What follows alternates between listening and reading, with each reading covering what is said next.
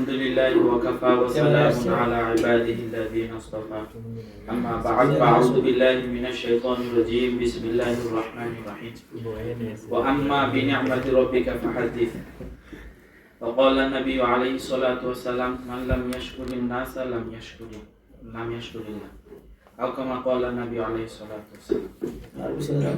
ঐতিহ্যবাহী দ্বীন বিদ্যাপীঠ জামিয়া আবু বকর সিদ্দিক রাদিয়াল্লাহু তাআলা কর্তৃক আয়োজিত আজকের এই হৃদয়ের অনুভূতি প্রকাশমূলক অনুষ্ঠানে উপস্থিত আছেন অনুষ্ঠান শিরোমণি ওলামায়ে দেওবন্দের প্রতিচ্ছবি আকাবিরে দেওবন্দের প্রতিচ্ছবি আমাদের উস্তাজুল আসাতিজা হযরত মাওলানা আল্লামা মুফতি শাইখ বুরহানুদ্দিন রব্বানী হাফিজাহুল্লাহ ওয়া রাআহু।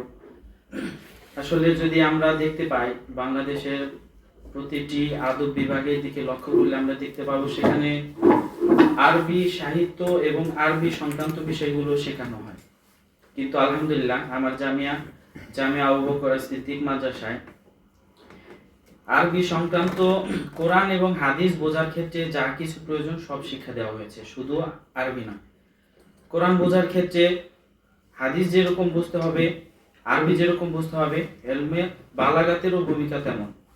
আমাদের আরবি সাহিত্যের পাশাপাশি আমাদেরকে বালাগাতও শিক্ষা দেওয়া হয়েছে। একটা বছর আমাদেরকে আরবির উপর যেরকম মেহনত করা হয়েছে, সেই আরবি কোরআন এবং হাদিস থেকে কিভাবে বুঝে নিতে হবে, স্বয়ং মাখাজ কোরআন থেকে কিভাবে বুঝে নিতে হবে, আমাদেরকে সেটাকে একটা দীর্ঘ মাস আমাদেরকে এটা শিক্ষা দিয়েছেন ওস্তাদ মুহতারাম। আমরা আমাদের ওস্তাদের কাছে চিরকৃতজ্ঞ। সেজন্য আমরা আমাদের ওস্তাদের জন্য সবসময় দোয়া করব। আল্লাহ তাআলা যেন আমাদের ওস্তাদের ছায়াকে আমাদের উপর দীর্ঘায়িত করেন।